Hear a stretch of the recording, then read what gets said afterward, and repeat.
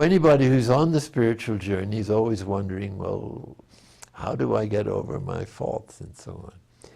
Well, we have to struggle with the temptation to give it up, or we've gone far enough, and that we can't endure whatever is.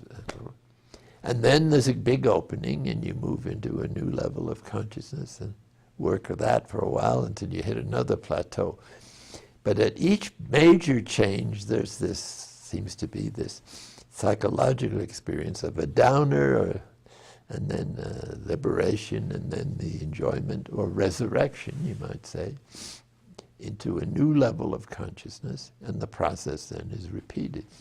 So at each new level of growth, all our relationships change, and especially our relationship to God.